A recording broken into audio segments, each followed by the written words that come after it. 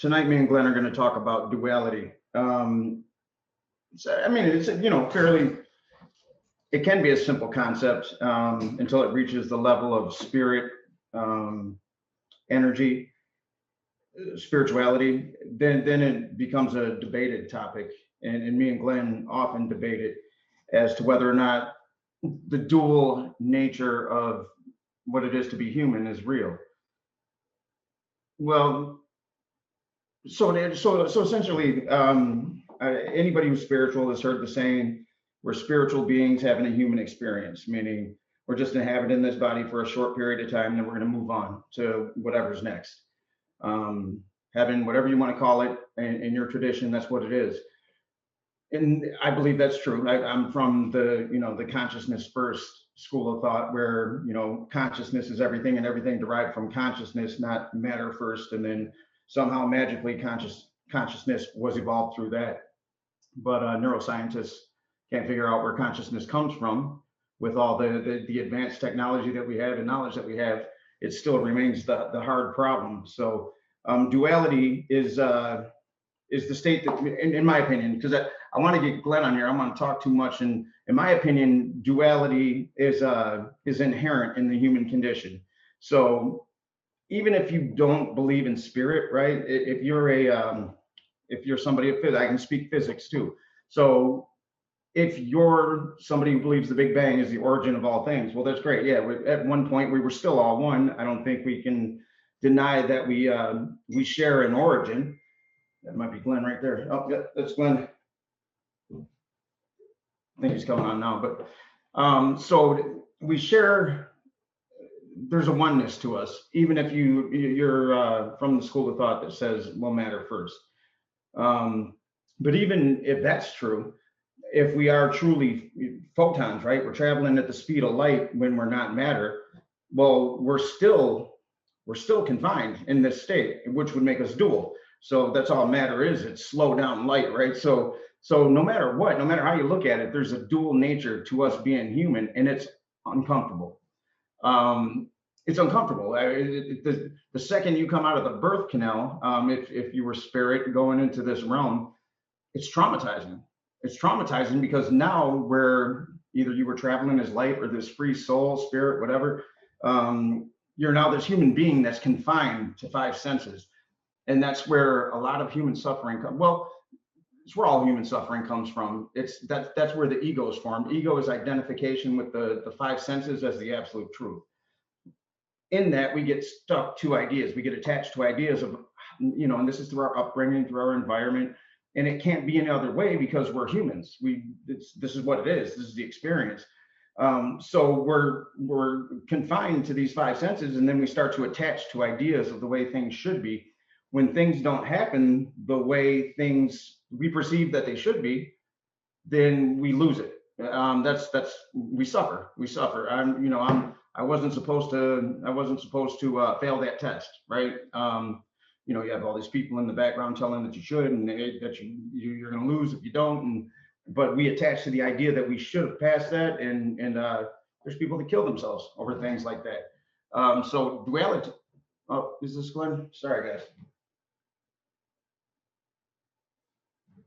I think he's having trouble finding me.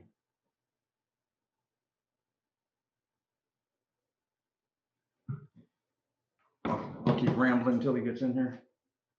So anyway, that's what duality is in terms of spirituality. It's that we exist in this dual state. Now, spiritual traditions such as Buddhism, when you meditate, you want to get to the state of no mind. It's non-dual. It's where all of the human experience it evaporates, and you go into this oneness. For any of us that have had psychedelic experiences or near-death experiences, peak experiences, there's this sense you get of knowing that you know everything, right? When we're young, we like to, me anyway, I used to like to fantasize about the questions I'd ask whatever God is when I got there. Oh, okay, I see you, Alexis. I can't find Glenn though. And he says he got the link, but I don't see him. Text me. I'm gonna pause for a second. Hey, now would be a good time to jump in with any questions if anyone has them, because I can actually watch them while I'm waiting for Glenn to get on here.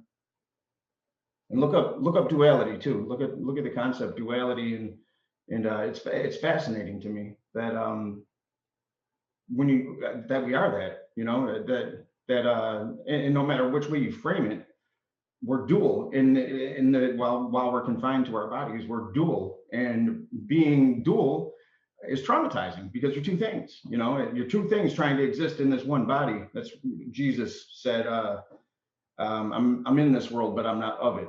And I think that's where a transcendent understanding comes into play, because we understand that this isn't the truth. And Glenn will reiterate that this physical reality is not the truth. It's an iteration of matter that's been slowed down for a brief moment in time, if time is a man-made construct, but that's where we are.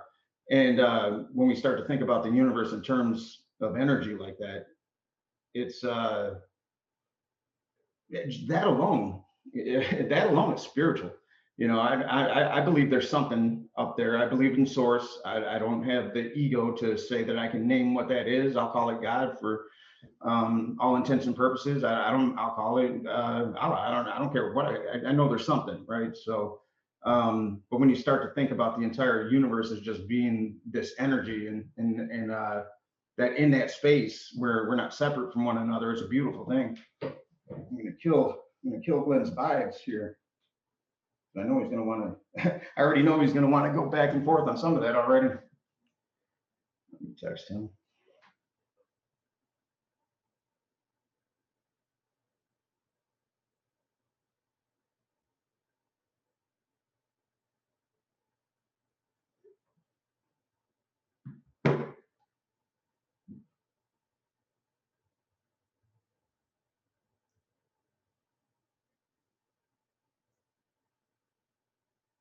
I need to go back to being in a studio.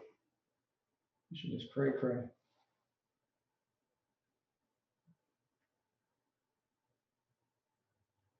gonna call him. Pause for station identification.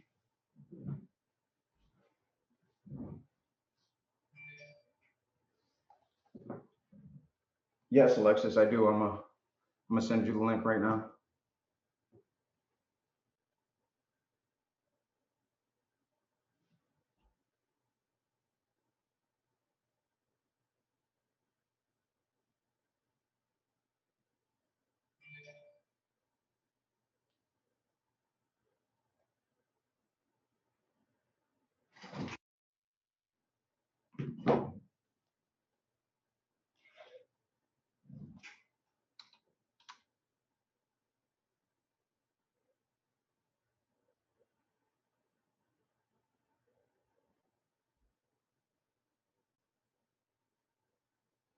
Bear with me.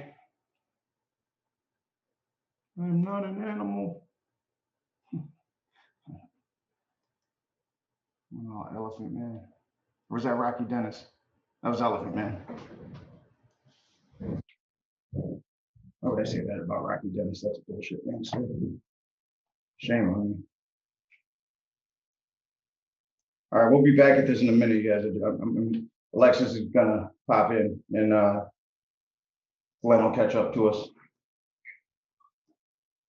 Glenn, I kind of made a joke of it in the intro, but I've never like if anybody has found extra hours in a day, it's him, and he won't share them with anybody. He just does everything. Like I've never seen somebody honored as many commitments as Glenn. Like he's a special kind of character.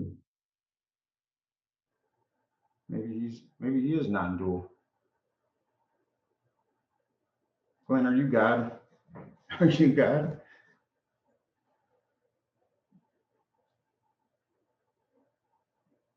All right, here's Alexis.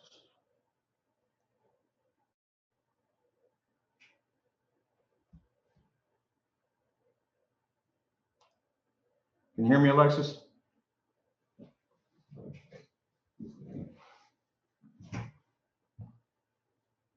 Yes, I'm just putting my computer up a little bit higher. Give me 1 second. I feel like I'm tripping right now. I'm having a psychedelic experience on your meme, or whatever you call that thing. No, I am a colorful being. if nothing else. Yay! There she is. Here I am. Yeah, I don't know. I don't know where Glenn went. Well, Rev Glenn, I love you. I can't. I think you're muted. Let me try again. Can you hear me now? Hey, anybody else want to hop on too and talk about this? Might as well make it a party. Can you hear me? I can't hear you right now, Alexis. What the? Oh, you know what? Let me hold on a second. There may be a reason for that. And it may be completely my fault. Yeah, I got you. I can hear you now. Oh, okay. Well, then let me get back set up. I'm making a vision board. That was what I was doing. So I got a delay in it. Now I got a delay in this. I got problems. Oh, you know what? What do you want to do? Hold on, I gotta. Man, I'll fix this. One day I'm just gonna sit here and figure it out. Hire a producer. What's going on? Okay, so then let me get back set up.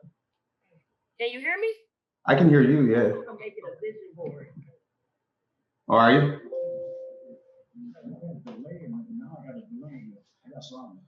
I know what I gotta do. I gotta get that Facebook minimized in the background because that's what's the delays back here. Okay.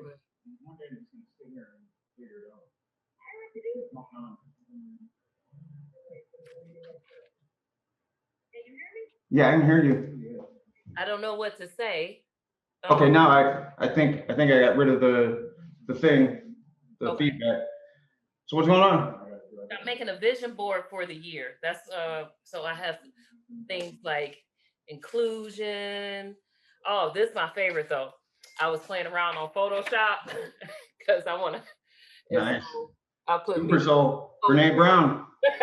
Yes. And you threw that in there? Yeah, I put me behind them.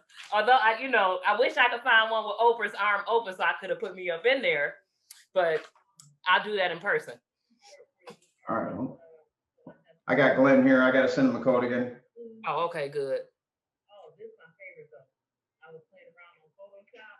If you want to switch me back out, that's cool. I just didn't want you out here hanging. You can hear me though, right? You can hear me fine? Fine.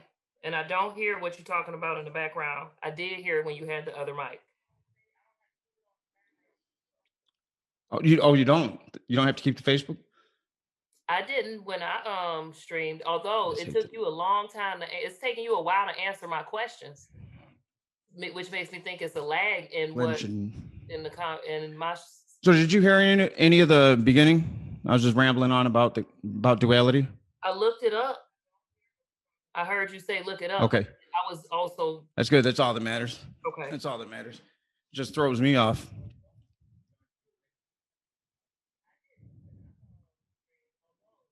You might want to set it again if. Yeah, because there's two of us. It's dual. Oh shit. What I wanted to say about duality is there's also still the third thing, which is the observer of the duality.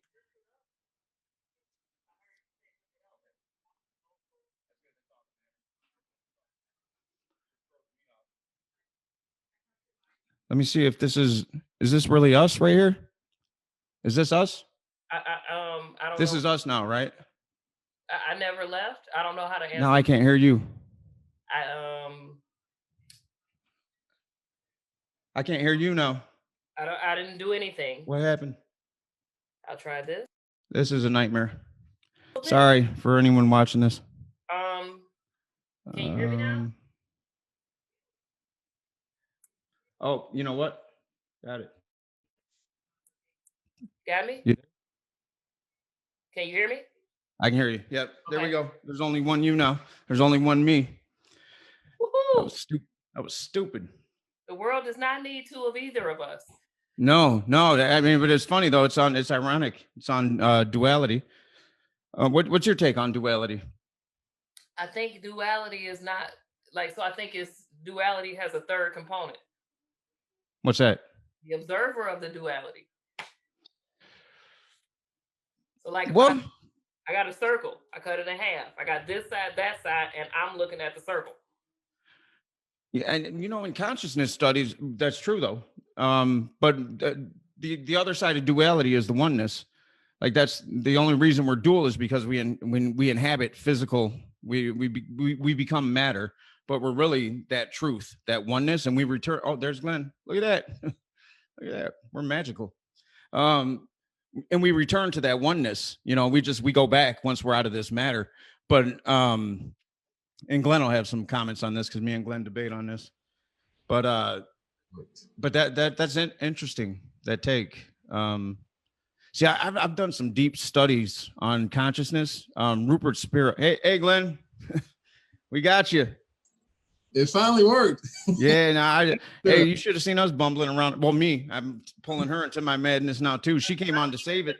The hold up on you. She's like, let me throw you a life raft real quick. Alexis, Happy New Year. Happy New Year, Rev Glenn. Guess what I'm doing? What? Making my vision board for the year. Oh, so hold it up so I know it's true. Hold it up. It's true. Hold it all up. It's not glued down yet, but hold Okay, all right. this up because it's my favorite one. Look what I did. Ooh, Super Soul. Look who's doing it. I photoshopped myself with Oprah and Brene Brown. You know, Brene Brown, I have every book. She's one of my favorites. Mine too. I'm gonna be talking to her. Don't you see it? Yeah, I see. I get too. Vulnerability. I'm trying to get her at Oakland. So if I get her at Oakland, I'll make sure you get an invitation Please to look with her. do. I will. Let me set up her green room. That's Okay. Yeah. So yeah, Glenn, we're just, you know what prompted this duality thing again, because me and you have conversations on it. They're short, but you know, and sometimes they're, you know, we speak in different terms. But when we were at the round table, it just came in. So my take, and it's, I don't know if it's a take, but I was saying that trauma is a common field that we all exist in, because my belief is that we're inherently dualistic, even though that's not the truth. I believe that the oneness is the truth. I've been there. I'll go back eventually, but that is the truth. But you know, like Christ said, I'm in this world, but I'm not of it. So even if we come from it's not coming from a scientific perspective, if all we are is light energy, we're still slowed down in matter. So that's traumatic, right? There's something there that's preventing us from being what we truly are. So that's the trauma I talk about, just inherently traumatic. But I don't think trauma is bad. I think the fact that we can't process, we don't have the tools, most of us, to process the trauma properly. So I think our job while we're here is to transcend that state of dualism, but you can't do it for any great length of time on this planet. You know, even monks that are meditating 10 hours a day out in caves in Tibet, they gotta take a piss at some point. You know what I mean? They're going to return to their humanness at some point. And when you know the truth of who you are, it's traumatic, but I don't think in a bad way, if you know how to process through it. That's my take. Why is it, how is trauma not in a bad way, if that's the label? Well, so in Buddhism, we say that pain is necessary, suffering is optional. So, the suffering is you perpetuating the pain after the immediate pain has left. So humans do that. We get attached to that pain and then we carry it, and that's the suffering. So from that perspective, everything that takes us away from our oneness is traumatic, but it's a lesson. And if we don't suffer as a result of the trauma, which is PTSD, right? That's suffering. Alcohol. Me away from my oneness ain't traumatic. I have a whole lot of fun away from my oneness sometimes. Well, it depends. I mean, what would you say about that, Glenn? Because I know me too. I do too. But the more you get ingrained in that truth, the more you start to recognize, you start to feel the pain of everybody else around you, and it gets a little bumpy. Well, see, kind of like Alexis is saying, I come from the perspective that there's no pain, there's growth. And when we talk about growth, some people think I'm giving up something to emerge. And most people think that what they are holding on to is safer than the fear of the unknown. And so they will reluctantly stay in a bad state of mind, a bad relationship, a bad job, because it's a level of security. And that's suffering, though. Yeah, by choice. Yes. By choice. Whereas I've always awoken every day, and my meditation and prayer is walk me to the next stage of my journey. And I trust you to lead me down the right path because of our oneness. And so I think people use the label trauma as a way of putting Band-Aid on their fear of growth. They can, yeah. You know, but we're always telling kids, let go of the table, let go of mommy's leg, let go of daddy's leg, and walk. You can do it. You can do it. Yeah. Yeah. But some kind of way when we start to age, you know, we forget that philosophy. Yeah. So let go and walk forward. I got some questions.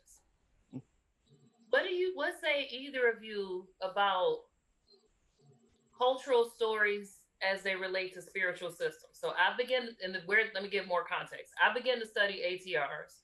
And so there is more than just the oneness in our physical existence. Mm-hmm. And I feel like sometimes, and at least that's my experience, that's been my meditative experience, that is my lived experience. I commune with my ancestors. So I feel like sometimes we be like, oh, there's only source, and then our physical experience, and we negate the fact that all thoughts turn into things, and these cultural stories are lots of people's thoughts, and they turn into things somewhere. And so it's like everything is true in some form or fashion. Like what say you about all the stuff in between? Like, so for me, it's like us, all the things in between, and somewhere way up there connected to that string, there's source. And I feel like people be trying to jump from here to way over there without dealing with any of the things in that string. Deepak had a great metaphor of the yo-yo, God's or source's hand, and then we're the yo-yo, and the yo-yo itself is the experience of individualism, ego, but you're always connected through your soul to source, and you're on this up and down path where you're experiencing those. You're taking these lessons and internalizing them and bringing them back to the earth plane. Eventually, you bring them all back to source. But I thought that was a pretty good metaphor for that experience where you stop at levels in the yo-yo string, or like, you know, because there is a world in between the allness. Don't you though? There's few worlds in between the allness and us. Because I know there's different levels of me. I'm at a higher level than I've ever been, and I guess it'll keep getting that way until I stop. But you know, the frequency continues to elevate. I hope that stays that way. But I know what it was like to be, you know, just down there, kind of dangling around. You can't even walk the dog, you know, just laying down there like a limp yo-yo. And now I'm, you know, I've learned how to climb a little bit, but I keep bringing it back down. And I think that's, you know, and Deepak says that we have this illusion that we're ever disconnected from source. No, you might be dangling down there, but you're not disconnected from source. You're always connected, and you will find your way home eventually. But you're affected, though, is what I believe. And like, you're affected by the string. Well, you have to be. And that's the experience. Is the only thing in the physical realm. And people be acting like they don't have to deal with the string. They could just ride throw the yo-yo up the source without even ever attach it, like working with the string. Well, yeah, that's kind of what we were talking about tonight, wasn't it? A little bit. What say you, Rev Glenn? Well, I guess from my perspective, source is within us. And so the whole philosophy of unity, new thought, is that source is within us. And so with that, there are principles and laws. And if you work the principles, you work the laws, they work for you. And you don't see that separation because you understand that the Christ within you is the source. Yep. And you are, you know, one with source. And so what Alexis is doing now is really casting a vision. So she begins to program her pathway, which means she's going to program her dreams in that unconscious state. So when she awakens in the conscious, she moves towards that board material. And so once you understand that, it's not magic that she's practicing there. she's actually engaged in a principle of spirituality. It's a technology. She's beginning to block out all perceptions of lack and limitation and lost opportunities of the past, lost relationships of the past. And I think that's what people miss. And so they're still thinking that it's magic. I pray and I wait. I meditate and I wait. And it's not. It's work the principles, work the laws. And every religion, every spiritual movement has pretty much the same principles and laws. But most people don't want to do the work of applying what they're learning. Like in a Sunday message, there's always principles and laws that come out of the Bible or the Quran and other sources, but people don't want to apply those laws and principles. And that's unfortunate because they do. You know, it's just like in the Baptist church. You get aroused with a great sermon for an hour, and then you go outside of the church doors and someone cuts you off and you go right back to the familiar, reaction. That's the human experience. Mm-hmm. It doesn't have to be. We're supposed to transcend that. That's our journey. Yeah. Rev G. Mm-hmm. It was working the principles that led me to I had to heal intergenerational trauma. It wasn't just like affirmations and stuff and setting it wasn't like forgetting the past. I had to acknowledge past that lived in my body that this consciousness didn't live and I was being held back because of all my feelings weren't my feelings. And I'm an intense person, but I'm not as intense except I had ancestors' feelings all up and through here. Mm-hmm. Yeah. So it's not, I feel like this is me expressing now, but I feel like sometimes in New Thought, that part don't get acknowledged. And for me, that part was integral to my growth and evolution. And had I not been practicing ATRs in addition to my Unity Church beliefs, I wouldn't have got there. But see, I think Unity does address that, and I try to address real life things. And so I'm giving a message. I'm throwing in real life experiences. Like last Sunday, I talked about, that was January 10th. That's the day that my mother, father, and brother died. And the human side of me wanted to do something grand, but I didn't have the money to do anything grand. And so put her away basically in a cardboard box. But I think what we do in our traumatic situations with family and relationships is that we give away our power to other people and other experiences, and we let them have our power too long. But at a certain point, you're supposed to elevate and say, well, it's still my choice now, the path that I move forward on. And for most people, it takes way too long to move on when it's a family member or a loved one that's involved in that experience. That's not what I'm talking about. I'm not talking about they was gone before I was born. Yeah, but it lingers in your spirit. But I didn't know, when you say I hold on too long, I didn't know it was there until I released it. Yeah. I wasn't holding it on purpose. Right. I wasn't even trying not to let it go. I didn't know it existed. Yeah, but at some point you decide I've got to do the work. And that's what makes you special now, is because you're doing the work. Most people never do the work, to discover why they're a certain way. But if you don't have this traditional experience, there's something you sensing that I'm missing. It's like me. I grew up, my parents died so early in life that I've been going through life trying to piecemeal what I'm supposed to do as a man in my, 30s, 40s, 50s, and now approaching 60, real quickly. But I never had that person I can turn to and say, guide me through this.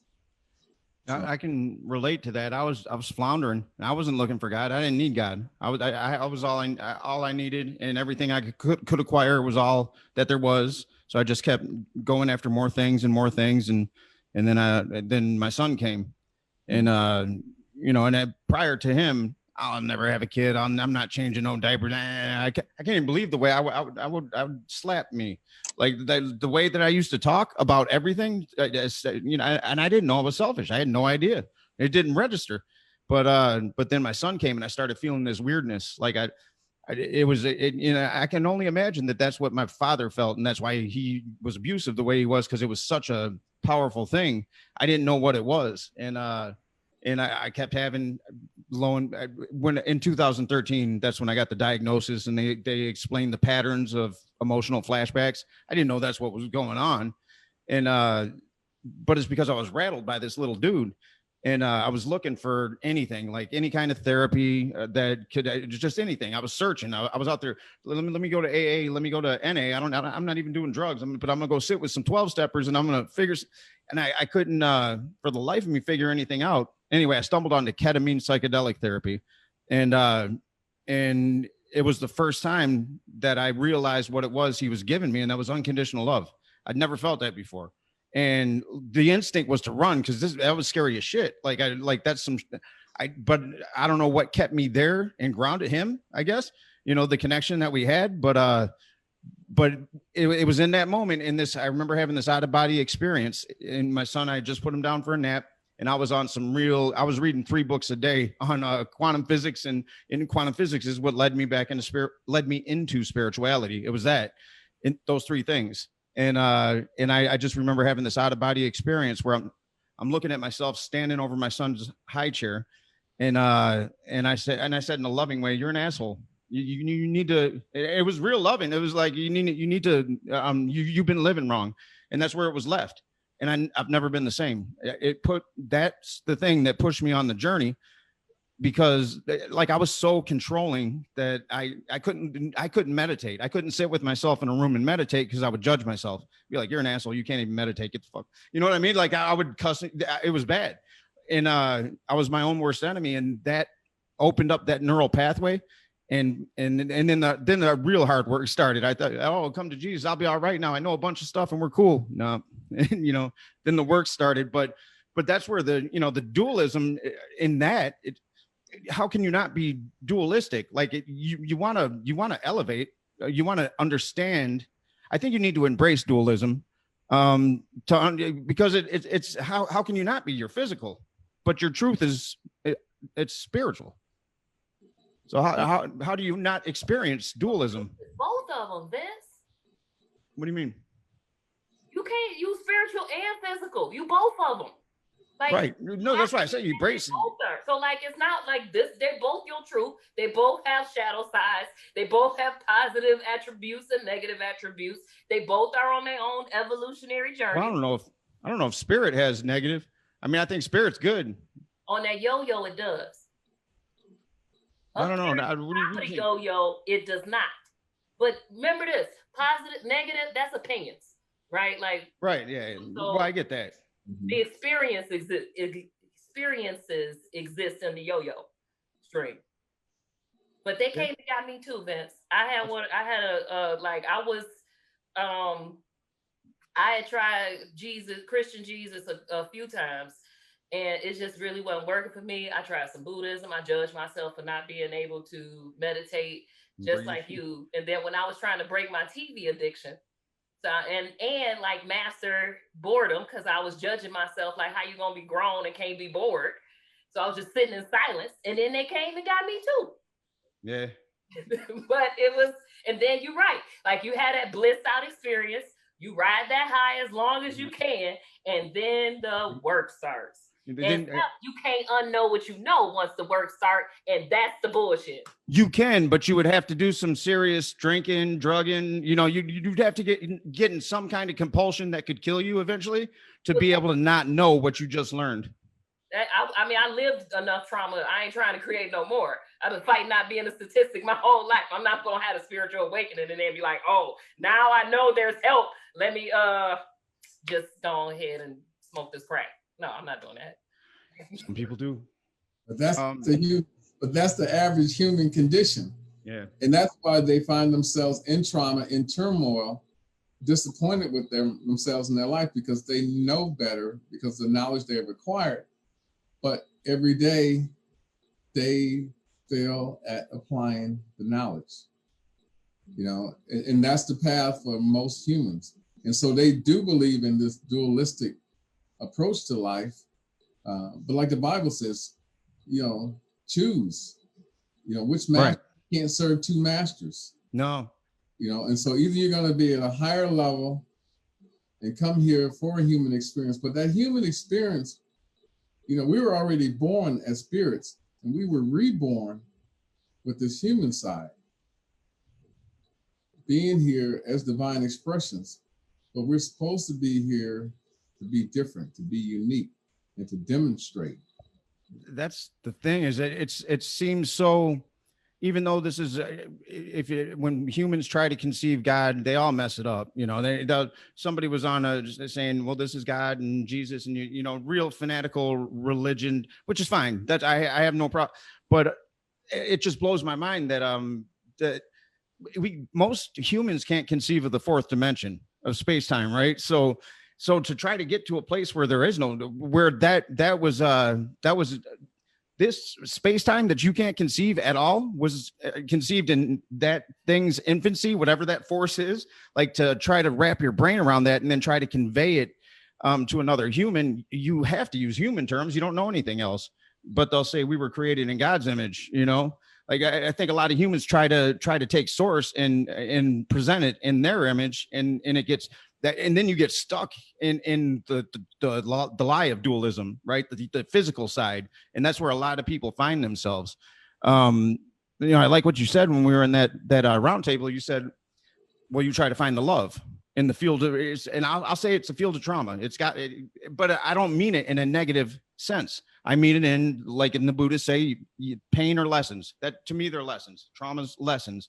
If you don't have the tools to learn those lessons, well, you got to learn that. And I think the lessons that we learn here are so important to that other side. I don't know why, but I can't imagine that this is just a mistake, right?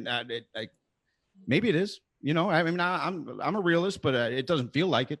And I've had near-death experiences, too many.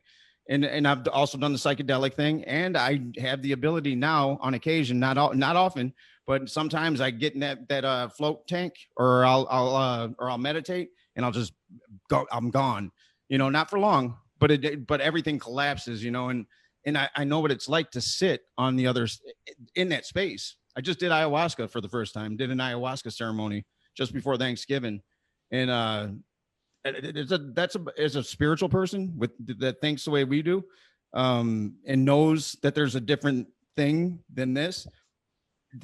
I went there and the everything became a wave particle.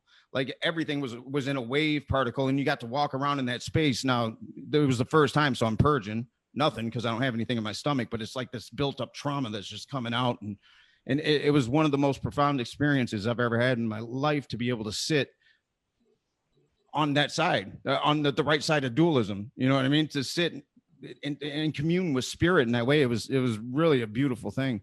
I wish everybody could do it. You know, like kids at 15, go to a retreat, and yes, I'm telling you. It's not finished developing, not till after 26.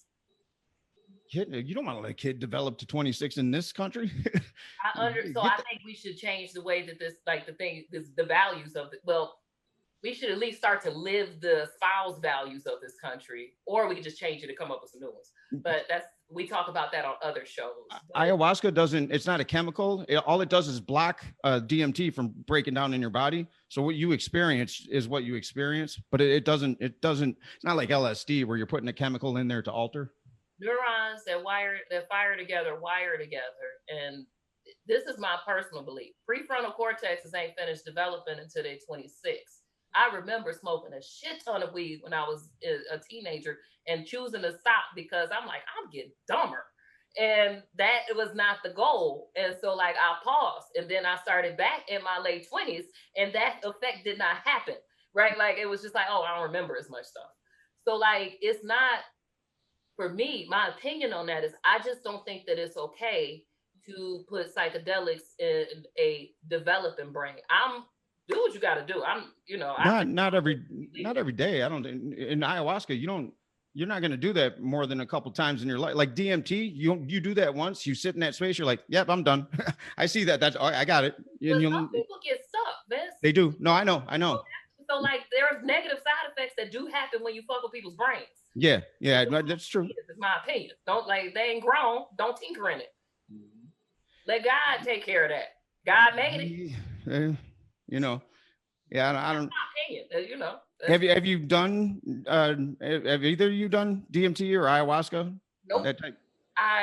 So for me, because of the addiction that runs in my family, the like things that take my mind. The only reason I haven't had trouble losing my mind since that experience, because my mind is my friend and my constant companion, and the thing that had me survive in this physical body. So I'm processing that. I be meditating and stuff happen, but it's got to just happen to me. I'm not like going in there to do that because I had to force it. I know what I've been through. I'm not scrambling this. Yeah, I had to force it, and once those neural pathways opened up, I had access. And it's still not second nature. I still get up every day and I have to, like you said, Glenn, I do trust like in the universe, you know, whatever it's supposed to be, it's going to be. People don't realize that's what faith is your ego only wants to be in this other place. Your soul is good. It's going to go where it's flowing wherever it flows. And if you can flow with wherever source is going to take you, then it becomes less bumpy. Don't understand it all the time, but I feel like we are co-creators, and I think that when we begin negating that or putting all the power, it's kind of like, oh, it's just no, it's okay if we make it okay. What's not okay is a reflection of what's inside of the co-creation in us.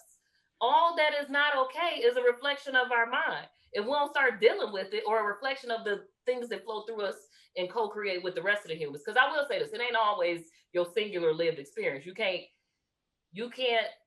go beyond the collective. Like, you ain't gonna mess with the laws of gravity too much and keep your body. You know what I'm saying? Like, you get out the body to mess with gravity. But that's because so many people are like involved and have that in their subconscious mind. That's the way it is. You can't supersede that. But it feels very disempowering to be like, oh, it's just everything that is okay. No, it's not okay. What am I doing about it? No, it doesn't mean it's okay. You gotta work. But there's a point of resistance that'll get you stuck, you know. And if you're Viktor Frankl in a concentration camp, there's a certain point where you got to give in. You got to surrender to a certain point and not let them take the rest of your soul, which is what he did. And he created logotherapy. He couldn't get out of that place. He accepted it. I might die. You know what I mean? Like that's the type of, like, I might, when I walk into a space like that, where I don't know anybody, and like down in Peru, I'm going to Peru and I'm going to sit with shamans and I'm going to do this, and I could die. That I walk into everything saying it could all be over here, and I don't, whatever, you know what I mean? But I don't think that. I really want my life, but I'm not going to get bogged down in the fear of trying to grasp onto something so temporary. You know, if it's my time, it's my time. I care about living fucked up. What's that? If I die, it's not my problem no more. I'm somewhere on the yo-yo string. But living fucked up is what I care about. Like doing that and then not dying and not having the positive benefit and being somewhere vegetative or lost my mind and not have a grasp on things.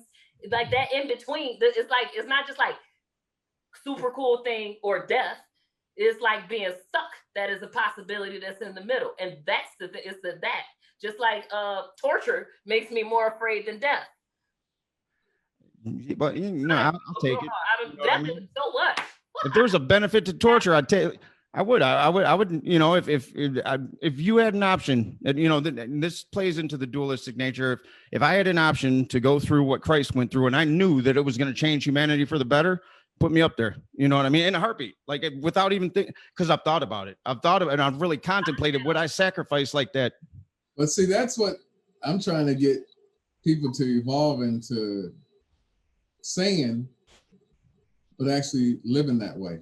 Because you say, I would change places with Christ, but Christ is saying you don't have to be at that extreme, but I do put you here as a divine expression of me to transcend everything you see in the world. Don't be of the world, transcend the world. Right. Others will know that there is a better way. And so that's where Viktor Frankl didn't say, I surrendered to my situation. Viktor Frankl said, I survived those camp experiences because I had a greater vision. Greater vision, yeah. That's what he said. Acceptance, not survive. That was the wrong word. It was acceptance, Mm-hmm. which would get blended. I got a different opinion on that whole crucifixion story. Yeah, I do too, really. Because so Jesus the homie, I not meaning no disrespect at all, but the man was a co-creator. Mm-hmm. And in like my early spiritual journey, it was like, oh, you gotta show people how unattached to your body you gotta be. And so when I had that, then I was like, I ain't gonna lie, I got into my judging men, like that's a man way of doing it. Oh, let me go die for the cause. And I was like, out of defiance, I'm gonna live for the cause. Mm-hmm. And I gave myself till 85. And so it became a 45-year plan, and I got a whole lot of things to accomplish in that 45 years. Mm-hmm. But crucifixion, we still talk about that story today, and the world's still fucked up. Mm-hmm. Let me make some impact and change. Let me improve this bottom. I'm gonna go hang out with the pimps and prostitutes too. But then, you know, I want to put them in the center called R&R Village. No, I like that. You know, because again, even if you use the crucifixion as symbolism, the whole idea is that you're supposed to be able to transcend whatever you see in the human. Right. And so what people are driven so much by are the Joneses. What they have, what they do, what they experience. I buy into it. This is awful. This is terrible. And I just don't get caught up in that, you know. Like this whole, you know, capital thing and the election thing. I don't get caught up in that because at the end of the day, you know, it doesn't control what I do with my 24 hours a day. No. And so I wake up, I have a pattern because I have a vision, you know, for myself. And so I know if I move down that path of my own uniqueness, then I'm going to do things greater than most people because they're so fixated on having the permission, the approval of others, or they wear labels too long and they let them limit themselves. You know, as an African-American male, a bigger male in particular, if I had bought into my neighborhood chatter that they're never going to allow you to do this or that, or there's a glass ceiling, I wouldn't be out here every day believing that I can do more, achieve more, and be more. And so I just don't wear those labels. I hear about the labels, but if I sense that I'm wearing a label, I rip it off. And so I guess for a lot of people, in this summer, a lot of this came up where people were bringing up labels. But what was, to me, curious is that a lot of people who are moving forward their life, they didn't get caught up in that inertia of, you know, limitations based on race or gender, ethnicity, sexual orientation. You just don't allow that to happen. And so my thing is, once somebody has, you know, labeled you something, when do you transcend that? Like the PTSD, you know, do you ever plan to be healed from that, or is that always going to be your identifier? It's a pattern. It's a pattern I have to recognize, or I know what the consequences are if I don't recognize it. It's a real thing that I didn't control. It was automated, and still is to a certain. I control it now to the point where I feel the visceral response. I had zero control of that. And that gave me the ability to give myself grace, because once I understood the mechanisms. And I understand that most human beings are trapped in some form of trauma pattern. It helps me deal with other people better because I can give grace because I know how confined I was. I had zero say whatsoever until I had some say, you know, and it took trauma that damn near killed me on multiple occasions to be able to even care. I told you what happened with my son. That was coincidence, you know, and that was a beautiful thing, but I was damn near trying to kill myself so I could feel the 3 days after almost killing myself. I didn't really want to die. I had more of an invincibility complex. It was a fight. You ain't going to kill me. You know what I'm like, real egotistical, stupid. But I still have to know that we have to be aware. That's what mindfulness is. You got to be aware of there's patterns that exist outside of us too, that we got to be mindful of, and we can't let them infect us. I can't let that pattern infect me. So if I take it's not like I think about it every day, but I've trained myself to where when it hits, I know, I ask the question, I step out, you know? Mm-hmm. So I'm not controlled by it at all, but I have to pay attention, you know? Question, bro. response to both of those, but Rev G, what you just said was like, when, you know, if you don't accept the label, what about people who are consistently like, so Vince got out of his, had period of time out of his, the source of his PTSD, lived a life with it, the effects and all of that, but it wasn't until he felt something inside different that let him know that there was something different that exists. Other possibilities. The label, right? And so to me, metaphysicians, if everybody manifested and everybody not conscious, the way that we, the efficient use to elevate humanity, the way that we should do it is to elevate the bottom, because they're reflecting the part, like our world to us as well. We co-create all of us together. So elevating the bottom is how we move the top forward, because the top doesn't have these things. They're just going, they're doing their thing. But the people at the bottom, they sleep and all their energy is spent on survival. Anybody got time to meditate when they're working 3 or 4 jobs and doing all of that stuff? And I get it, I've lived it, right? Like I just had to be like, but I was at a place where Reg, I was cool if I ended up living under a bridge. But that was depression, not a choice. It was like the bridge, and then I had this suicide plan of like, distance myself enough from people so they don't care. And then I'll be like, then it's time. And then they came and got me first. You know what I'm saying? So like, but that don't happen to everybody. No, it doesn't. So what about them? It's not just, I'm sorry, I'm a little triggered, I suppose, now that I hear myself keep going. But it's that story of like, just, change the label. I get it. I understand it logically. I even understand it in application.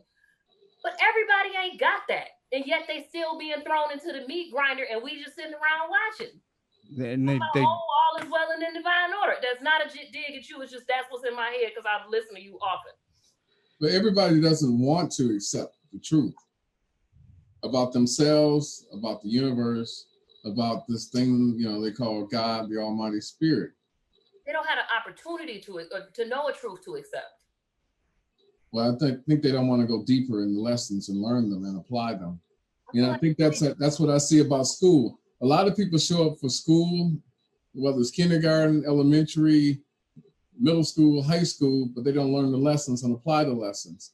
And so what we have is a lot of people who have this lack of knowledge because they engage in a lack of learning, applying themselves. And so I don't let people escape easily, in my personal life and, beyond the ministry. Had kids though, Rev G. Them people had kids, and then them kids didn't know nothing.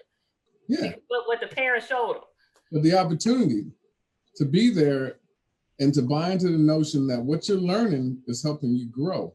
And I think what we don't do, like we used to do, is force people to go to school and learn, and not let them have excuses. And so a lot of people, when you actually study people in demographics, a lot of people that are in that, what we call, that low income area, you have to look at patterns of behavior and family structure and say, okay, how do you break family dynamics? Do we really want to break those family dynamics? And so we'd rather throw things at people as things that help them survive a day or a week, but not long-term have success and change their lives. Yeah, not wellness. I hear what you're saying. Earn our village. Yeah, I hear what you're saying, Alexis, loud and clear, but we bought into that notion that people have limitations on them. And I'm not gonna buy that, because my roots are very deep, low income. My parents died at an early age and all those things. I was a fat kid, and ended up, winning physique contests and all that, but it was when I applied principles. And so that's the thing about it. Do we apply what we learn?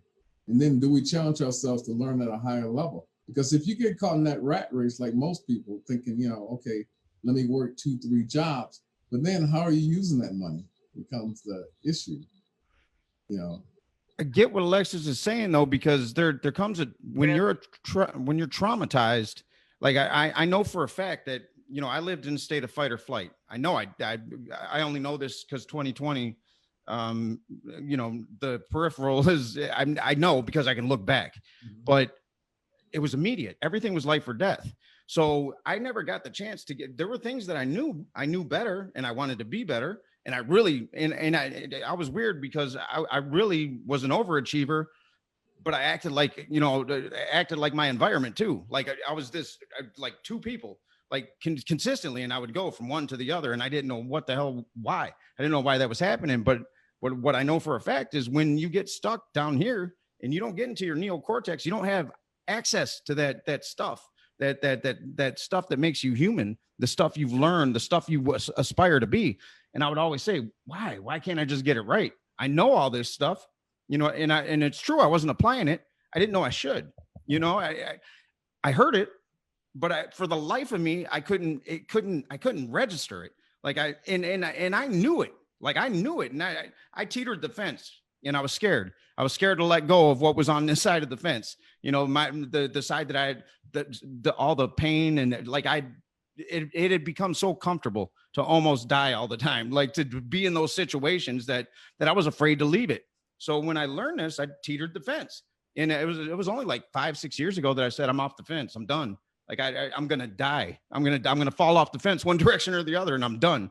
And I got off, but it took that long, and it took a lot of special things happening, like you know, and maybe I manifest those things into my life because you know, but I can't make sense of why I'm here right now. But it's you know, what about the people who don't get that? Like my dad would beat the shit out of me and my mom, and my mom would pull me to the side. He would tell me, you ain't gonna be shit, you ain't ever gonna be shit just like me. I didn't even know what that meant, but it's there. You know what I mean? My mom would pull me to the side. She didn't want to get her ass beat. So she'd pull me to the side and she'd say, you can be whatever you want to be. You can go to college. We didn't have lights on. We, you know, they're all that whole story, block cheese and the digging out of drop boxes for school clothes. So like but if I didn't have my mom pulling me to the side, whispering, going, hey, you can be whatever. What then? You know, what about the people that don't have that? How do we reach them? You know, because they're stuck on the wrong side of dualism. You'll admit that there's dualism, right? But it's I believe there's dualism. Yeah, it's just not.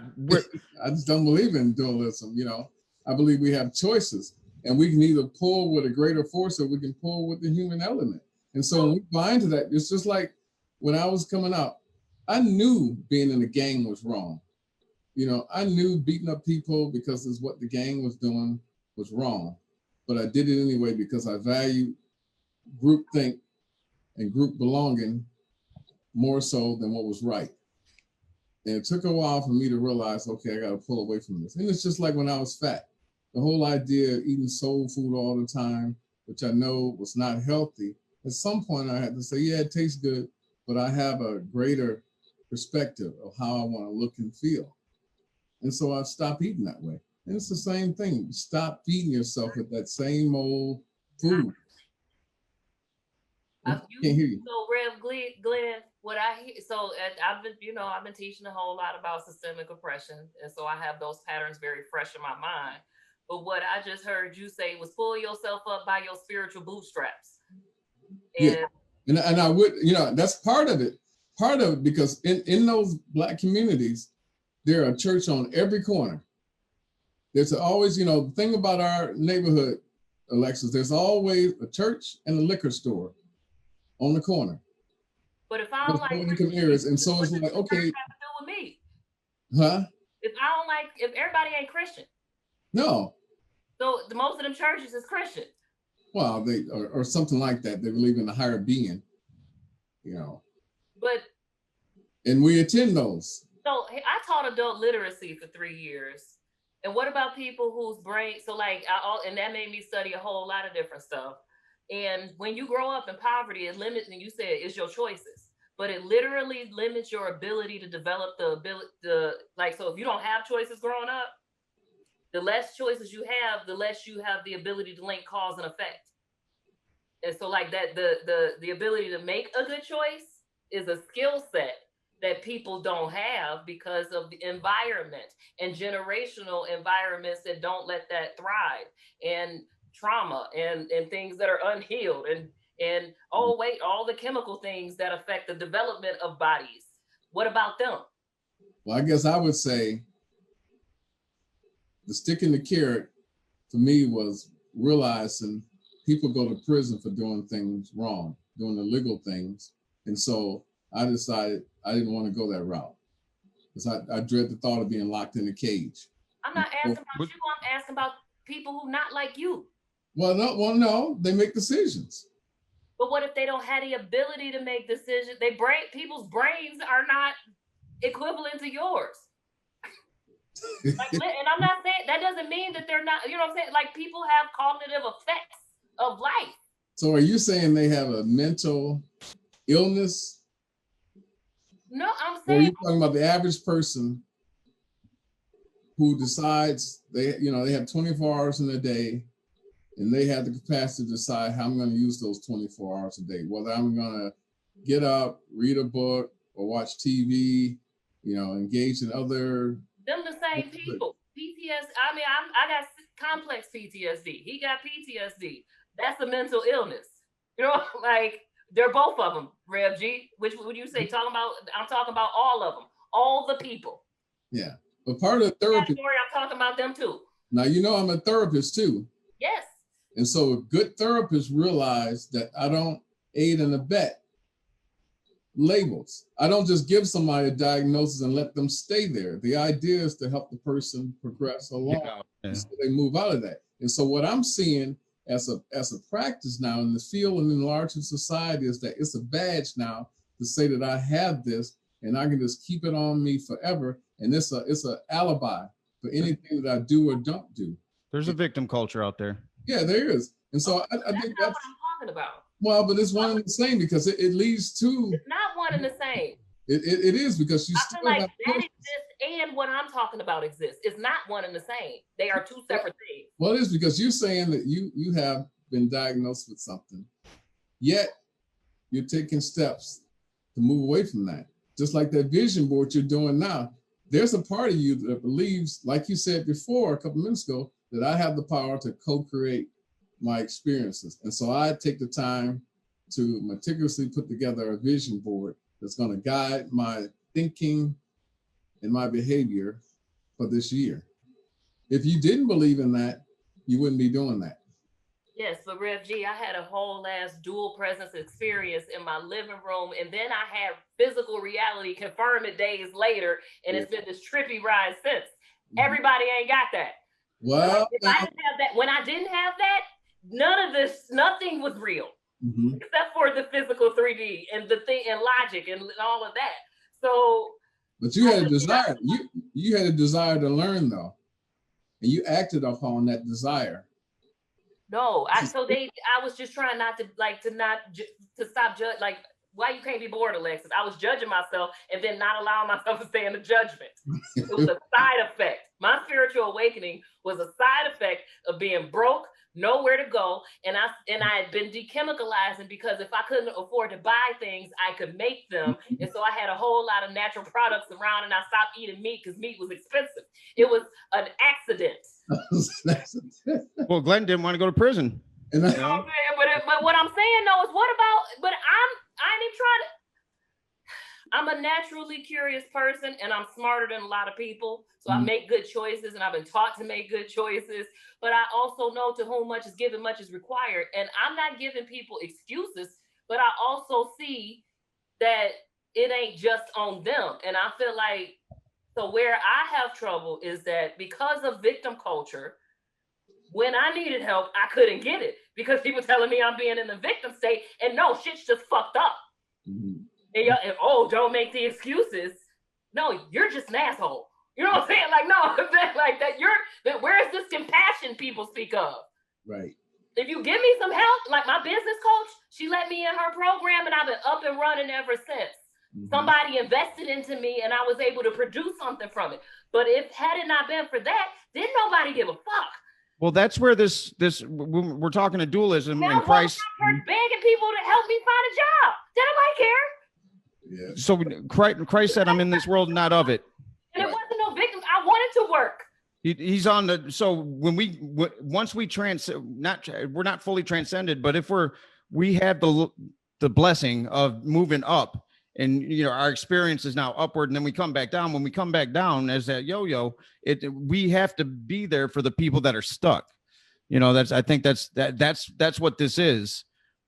That's all I can make of it, is that when we you know, we recognize, okay, I've had that meditative experience. I've had that near-death experience. My life will never be the same. This is the truth. It's more true than anything I've ever experienced in this physical realm.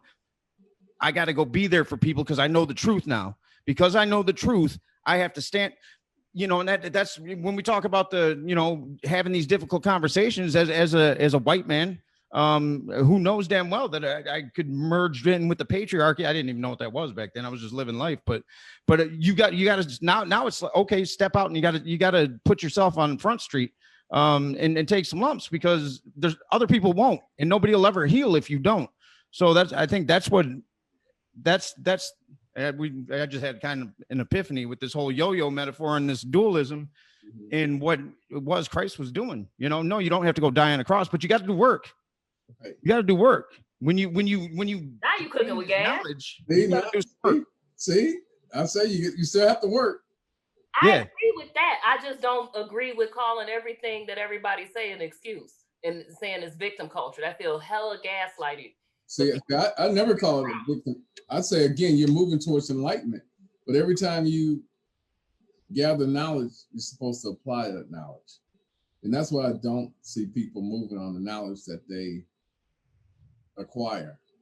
That sounds like a judgment. People will, well, no, it's a reality. When you do assessment of people and say, why are you in the same situation now as you were 10 years ago? Because they don't know better. And I'm not talking about the opportunity what if they do? Well, some do. If you don't understand better. Like we didn't know till we knew. Yeah, but Alexis, I know. Let us know. I know so many people who read feverishly, who go to every workshop, taking all this knowledge, and they don't apply it. And so their life is the same. And that's why I see some kind of way we don't push people to where they want to be. It's not pushing them where I want them to be or you want them to be, but where they want to be. And so when we go through the end of the year and people are happy because the end of the year is here, and the new year, I can start anew and the Christ within me has been reborn. It's like, okay, but what do you want? Because you have to connect with the universe and put it out there. What do I want? And move towards it, not stay where you're at. And that may mean slower steps for some people than others because of resources, but you always have to have movement. That's why we live, is to move.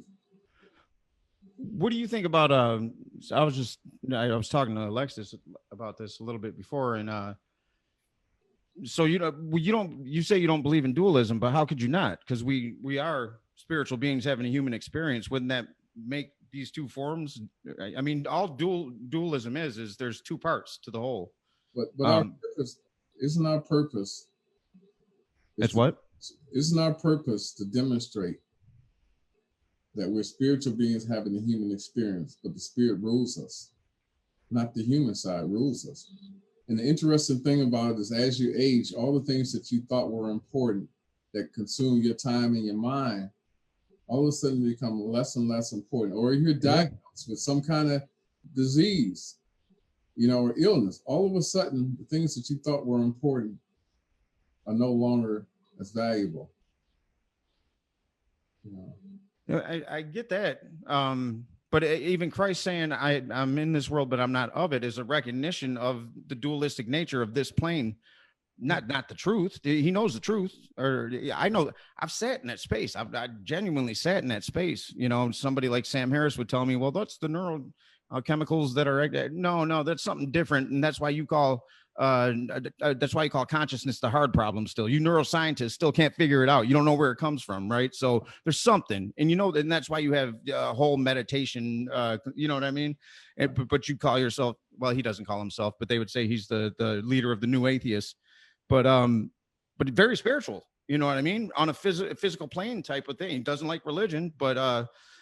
You call consciousness the hard problem because it doesn't make sense in anything that we do. You know, nobody who tries to make a logical sense out of life can make sense of consciousness, because it doesn't. But consciousness is staying aware that we're temporarily here in these bodies. And that's one of the things I struggle with, people who struggle with the idea of death of a loved one or themselves. We're supposed to be here on a temporary basis and then move back to our original form. I agree with that. So what's the problem? Why do we spend so much time consumed with the idea of death? Away from the perspective of, we're just here and this is just a vessel to do work. And so if you come from that perspective, which I do every day, is this a temporary experience? And so I might as well accelerate the pace than go slow and be worried all the time. Right. Yeah, absolutely. My greatest fear is that I'm going to be, 60 or 70 and regret the things that I didn't try. Yeah, that's what you got to do them. Just do them. Yeah. Yeah. And I need to preach that to myself because I'm dusting off this book I written, long form. I can't sit myself down to type it, in spurts, but there's a block there. I'm doing something to myself. Why don't you hire somebody to do that? I think I got to do it myself. I think there's something in my getting on the other end of it that's important to me. You can edit it. Just hire them to put it in there. Yeah, no, I think I got to do the work. Like I just think I think I do. I think if I haven't, it's like a business plan. I remember I used to think a business plan was a selling tool. You use it to sell, and I didn't want to do it. I didn't want to bother myself with that. Just let's get this movie done and whatever. And this one, a friend of mine, he's a filmmaker. He's like, you got to do it yourself. That's the only way it's going to work. He's like, because you might get halfway through and realize that your idea is no good. I'm like, and I'm thinking I'm 6 months in and I got to scrap it. No, miss me with that. Like, I just want the movie done. But then I did it, and I did it, and it was hard, but it was the best thing that ever happened to me because that opened up a new neural pathway. I was like, oh man.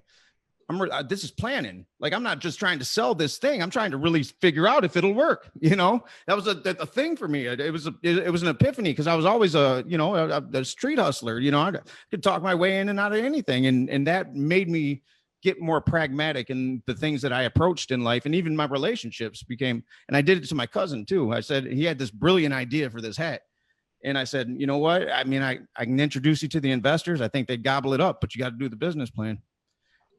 I'm not doing it for you. And that was tough love. You know what I mean? But I knew he needed that lesson. Like I needed that lesson. He didn't do the business plan, but because if you're watching, still a good idea. People told me that too. And then I was like, I'm gonna hire somebody. And guess what? Still doing it. And if I had to do it myself, I would not be doing it. I hired my virtual assistant when I was being laid off from my job because I said this business venture will not work if it requires me to respond to email, if it requires me to write anything, if it requires me to do this.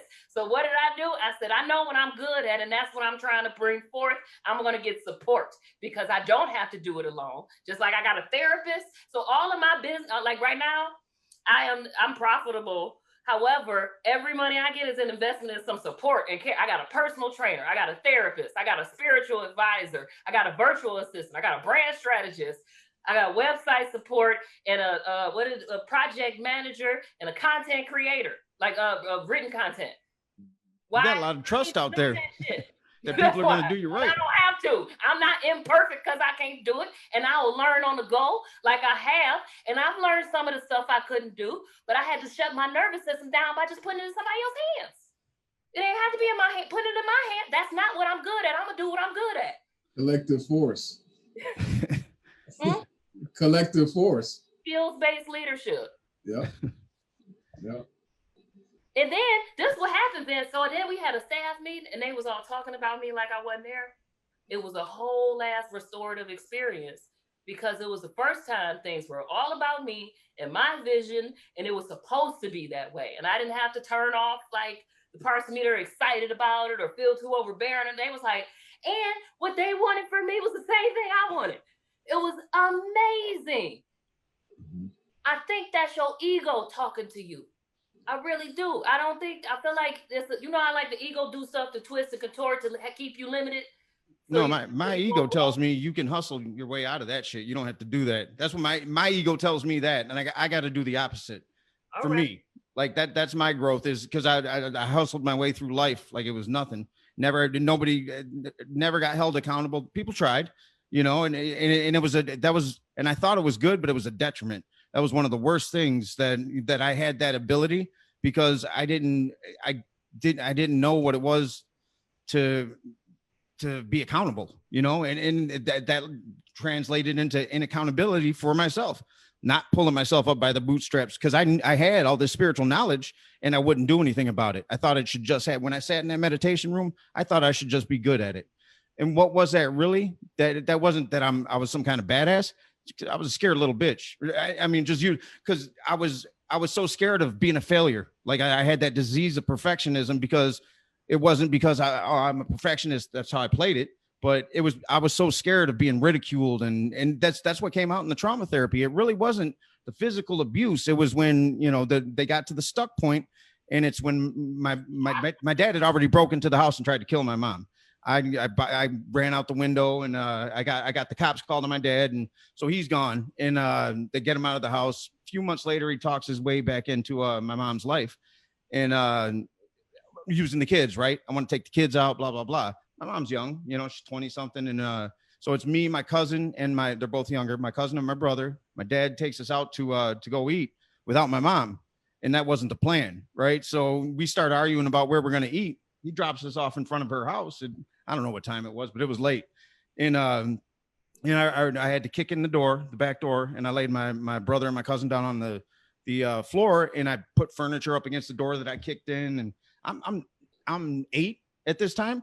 I can't imagine Vinny like that, like in a million. I don't even know if he'd know what to do at that. And I don't know how I did, but that was the stuck point. Like at that point, my brain, I took on the role of overachiever, right? And when I couldn't be there for everybody all the time, including myself, I would collapse. It was death.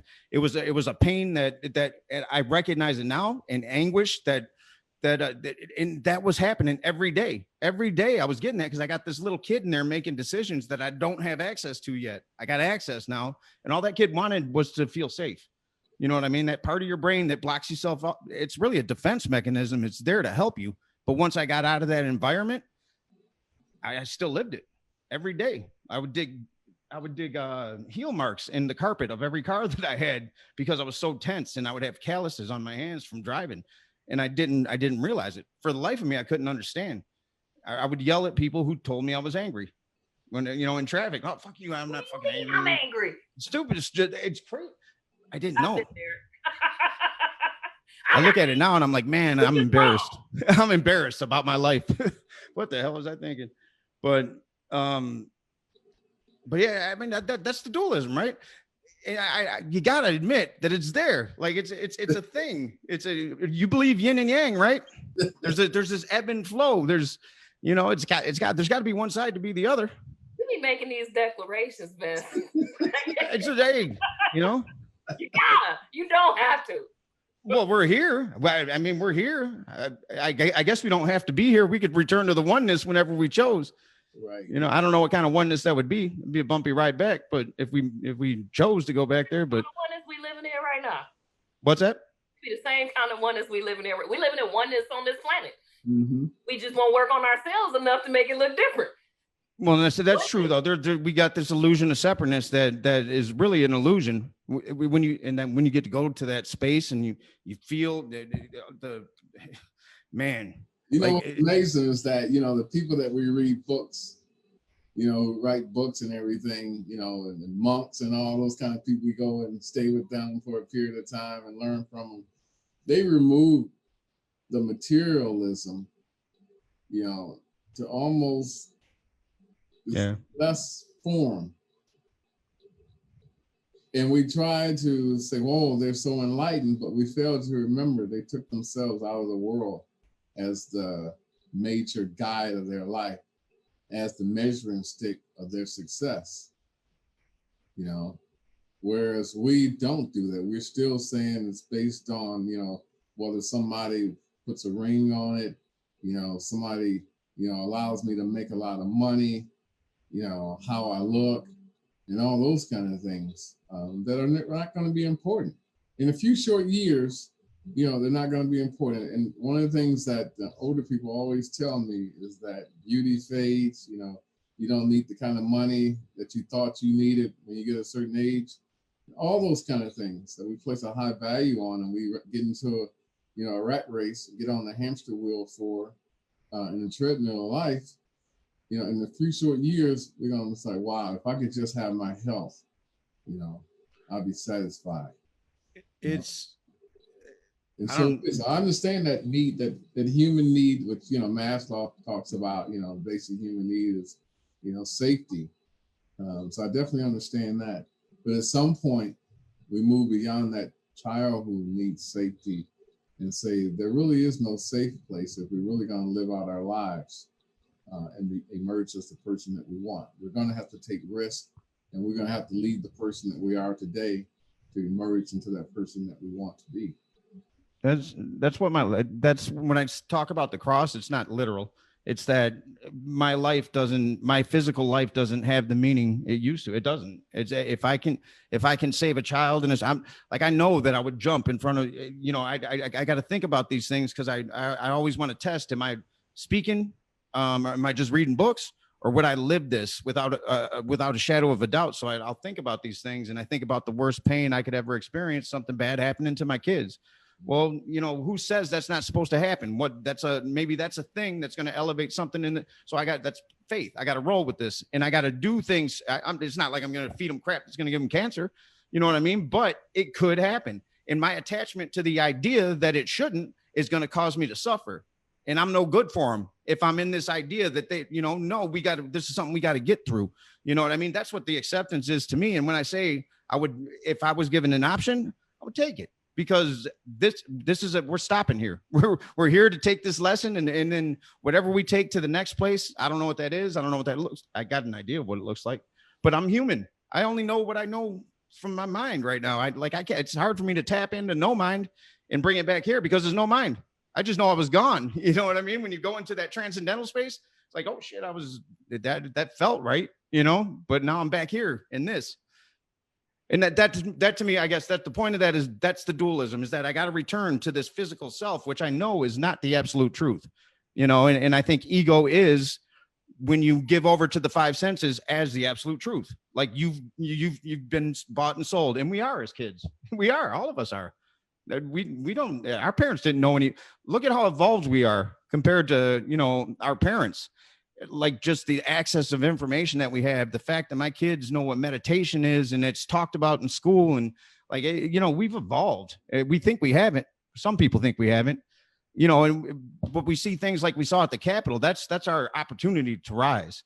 You know, it's really what it is. It's like, all right, now you can't be quiet. Now you've been complacent. You're falling into this dualism. You got that house and that car, and you think that's it, you know, but no, it's now's your time to do something.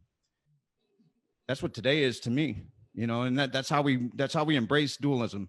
My opinion. I'm always gonna. I can't, you know. That's just the way I convey it right now. I do think that there's a field, and it's trauma, and I don't think it's a bad thing, and I do think there's love in there, and I think you need to and you know, when you get to your possession, Glenn, you can. I mean, you got, like, I don't know where you keep your hours, and I don't know what days you got tucked away that we don't know about, because you got some extra ones, and you're not telling anyone about them. But you know, when we get to that point, we can give it back, you know, and that's Christ-like. That's all I want. I don't have any goals really, other than I just want to keep being light, you know. Oh, I gotta go at that sometimes, more often than not, but not in the way I used to. It's not toxic, but I know it. Like, I know when I didn't get up and type those 20 pages. I want them to be talking about my name like they talk about Jesus' name. What's that? I want them to be talking about my name like they talk about Jesus' name. Well, you know, I could disappear tomorrow. Like, I'll have these conversations in the back alley somewhere, and I'll feel good about it when I leave that back alley. Nobody has to know. You know, I'm weird like that. I just, and I'll feel like maybe I could have lit something up back there. You know, maybe not. But that's the only reason I want them to do that, is because I want to do the things. Right? Do like, what things? I definitely don't want to. I don't want to be infamous for bad. Well, for reasons I think are bad. I wanted to be. I want to be. but I want to do a lot of things. And and the people who do things like I want to do get their name talked about for generations. Right. Like, I just want to be in the same company, and we get to co-create. I got a choice. You do have a choice. And it goes back to Glenn's point. We all have a choice. Yeah, I got the choice to have. We here to deify ourselves. So even when the evolution. Well, even when we don't believe we have a choice, we have a choice, right? Yeah. You know, like that, like you said, I know what it is to not be able to get to that choice, not know that it exists when it's right in front of my face. I can look back and be like, man, you missed that.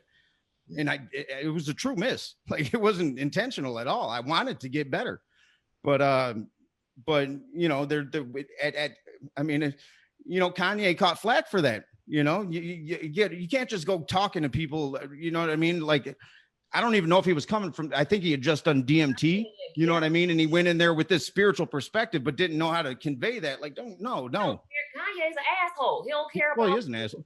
A lot of the stuff that he says if you take the feeling away, it's got some spiritual logic, but he forgot about the embodiment aspect, right? Like, he went and got the knowledge and left it in the ego and then started talking. Yeah, he's well, you know, he's lost. Yeah, he's lost. I mean, you know, mental illness is real though, right? It is. It is real. I mean, I thought I was pulling myself up by my bootstraps because I got out of poverty, and you know, I was out in Hollywood doing that. I was an iteration of my dad because I wouldn't admit, like, that was, you know, I'll never be like him. So I did a bunch of things on the surface that made it look like I wasn't, you know what I mean? But the more I denied the shadow part, the more I became. And that's really where the PTSD pattern started setting in, because I was conflicted, but I didn't know why I was conflicted. And I you know what I mean? And it was just this back and forth. And for me, it got so extreme that it almost killed me. Like, I couldn't make sense of it. I would lock myself in my house for 3 weeks, break my phone, wouldn't let nobody come near me. It was bad. And I would sit there. And remember one time it didn't matter. Like, there was all kinds of shit in the house. There was ecstasy. There was ketamine. There was cocaine. There was, like, back in the day, in the Hollywood days. And I would just take it all. And I'd be like, kill me. Didn't kill me. I think I crossed over one time. The shit that I saw, I don't ever want to see again. But that's how bad it was, for no reason. And anybody looking from an outsider's perspective, like, what are you crying about? You know what I mean? Why you doing that? And I don't know. You know what I mean? It's real. It's real. I experienced it, and I wouldn't admit that it was real then. They would tell me, well, maybe it's this. Nah, fuck you. I don't have that. You know what I mean? Like, life's funny, man. Life's funny. It's funny. I work with a lot of athletes and, you know, entertainers and high profile people as their therapists. And it's amazing how many of those people who are talented in one area, niche area, and it was exploited, or other people exploited them to elevate them to this higher level of their talent, but they never found out who they were. Yeah. And by the time they get to me, they're so lost, and that I'm more than this entertainer, I'm more than this athlete, more than this politician, the CEO, and they're crying out to discover who they are, because they know it's more to them than what people know them as. And so that's why, you know, I see there's a high, you know, drug use level, self-medication amongst those highly talented individuals. It's funny you said that, and I'm not saying I'm highly talented, but I know what that thing is. And well, you are highly talented, you know. Because again, if you go out to Hollywood and do the things that you do, with so many people who aspire to do what you've done, you're very talented. I did run from it. I told somebody for the first time that was in the industry too, that the deals that I walked away from because I didn't feel right. I thought I was going to kill myself. And I would have. I knew it. Like, I aspired to kill when I was young. I was like, James Dean, live fast, die young, have a good looking corpse. I wanted to be gone at 25, burn me a legend. You know what I mean? Like that's all I wanted. But I remember we had the premiere for Life Goes On, and I had just walked away from this deal. I said, I'll go make my own movie. You don't want to put me in my movie? I'll go make my own. And I did. And I wrote that business plan. I came back. That was $250,000.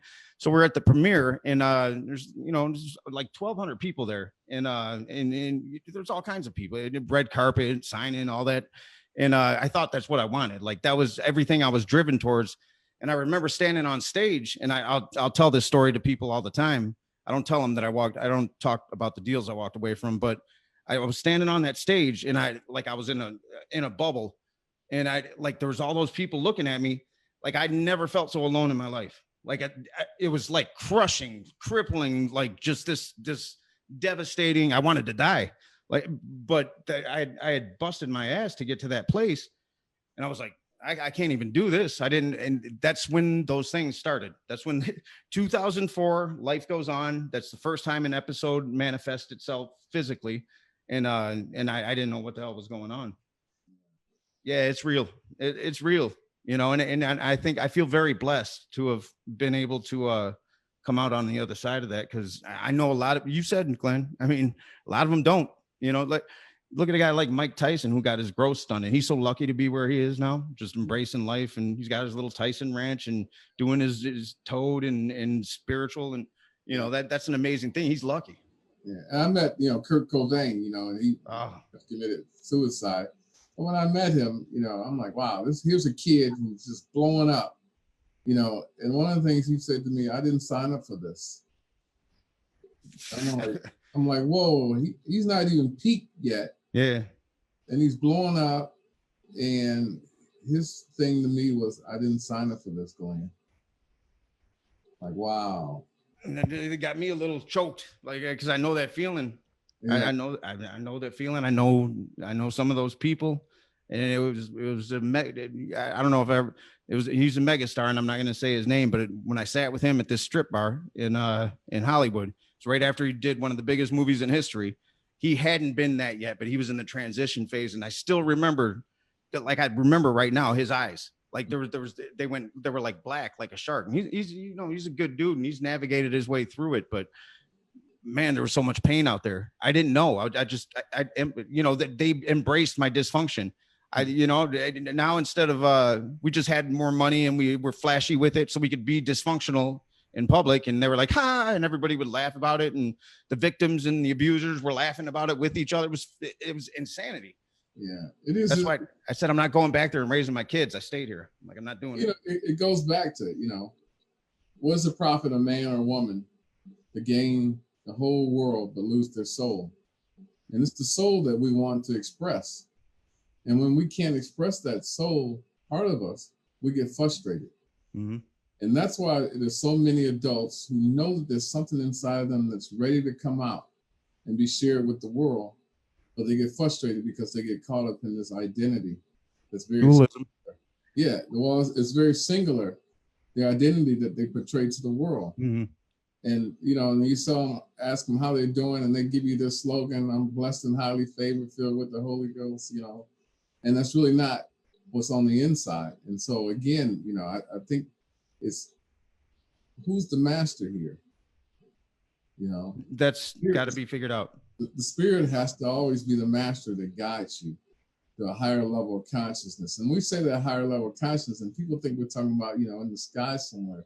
No, it's rising to a higher level of consciousness when you're in the day-to-day, you know, dealing with, you know, human people who are not as enlightened, who are in the darkness. You still have to rise above them and realize that I'm here for a period of time to express who I am. And that person that Alexis is talking about sharing with the world, once it comes to fruition, she will be like Jesus. Jesus said, you can do these things that I do and more. He constantly preached that message, you know, that I'm just the tip of the iceberg as to the power that you have to do something great.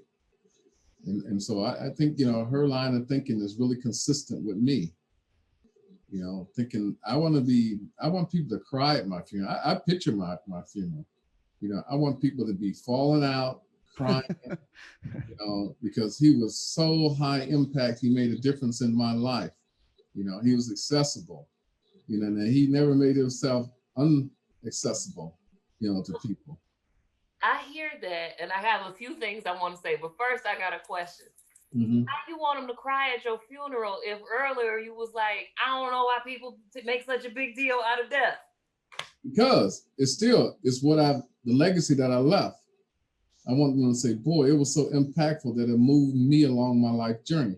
And that's what my whole calling is, in this life, is to help people move along their journey, because I moved along in life's journey and I'm still moving on. And every day I'm saying, well, I don't have to be like that other person who looks and feels a certain way at 57 and 60 years of age. No, I'm going to do better than that. I'm going to live at a higher level. And so spiritually, mentally, physically, financially, I'm not going to fall into that trap that with age you're supposed to deteriorate. Yeah, no, I don't believe that either. I don't buy it. But more and more, my peers are talking in conversations, Vince, where, they're talking about what's not working on them. And they say, you know how it is. And I'm like, no, I don't. Yeah. No, I don't. Everything is working. Everything's working. Explain that to me. Yeah. Because no, I don't know. Yeah. So, is that I don't buy into those affirmations, because that's what those are. Those are affirmations that they throw out there. And if you say, yeah, man, I understand, I'm like, oh, no, I'm not buying into that. And so I think, that's what I'm saying, leaving that legacy. Even when I talk in terms of when I'm talking to physicists over at I was at the conference for consciousness and human evolution, and I'm talking to physicists, and I'm saying entropy is a choice. Like that's my way of saying the same thing you just said. It's all energy. It's all relative. I don't care what language you want to speak in it. We'll talk. You know what I mean? But I believe entropy is a choice to a certain extent. Yeah. But I think there's some subconscious stuff that pushes it along that we don't want it to. Yeah. But I think we can catch it if we're aware, if we maintain mindfulness. Mm-hmm. Yeah. Mindfulness exists in the dual state. I wanted to say I had some things. So I recognize why I got so mad at the bootstraps thing. Mm-hmm. Because it is a personal thing. I've pulled myself up by my bootstraps so many times. And for all the goals that I have, I could have used that time and energy way better, like to get more done. And I will not agree with you that it was all my choice and reflection, because I co-create with the species. But you have to be willing to co-create. And okay, that's the paradox. That's the paradox of being. That's the human condition.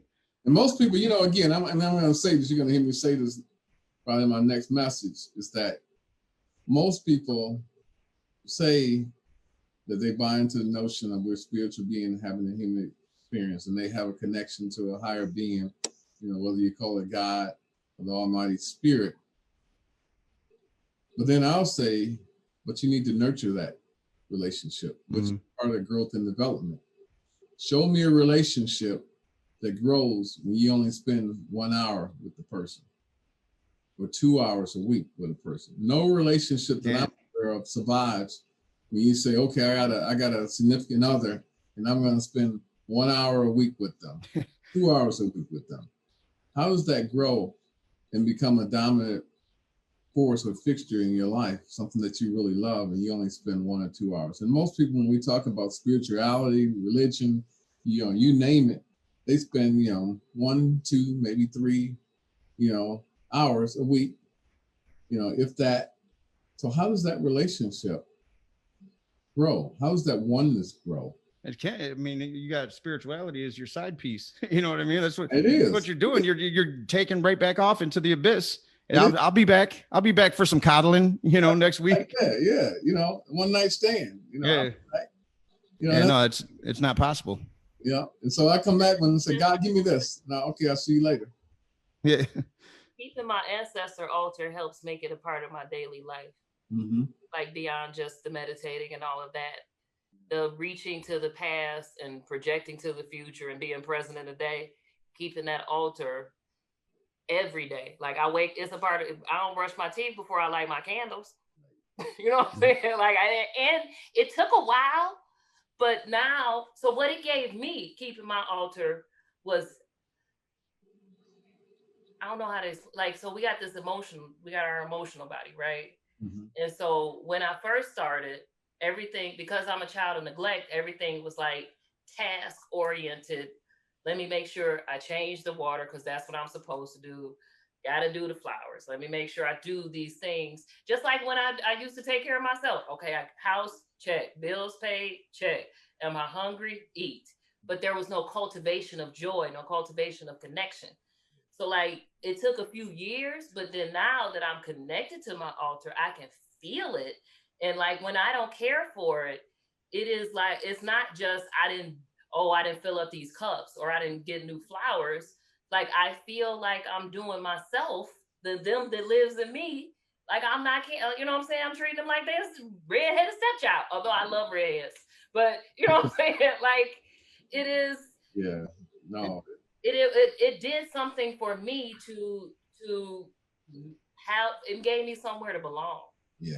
You know that you know you use the word there, cultivation. Anything you want, you desire, has to be cultivated.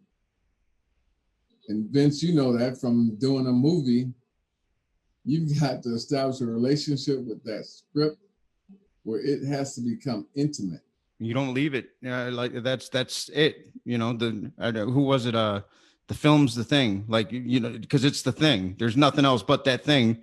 And you know, people don't like that exists outside of that thing because it's tunnel vision, and it can't carry you through existence, right? But that you know, that moment in time, that's that thing, and there's nothing else.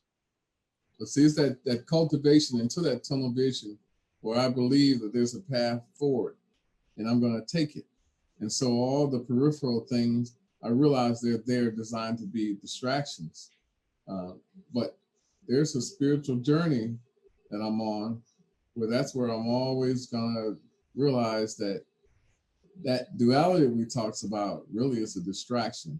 It is. Because there's one way, and I've got to stay conscious of that throughout the day because there's so many things vying for my attention.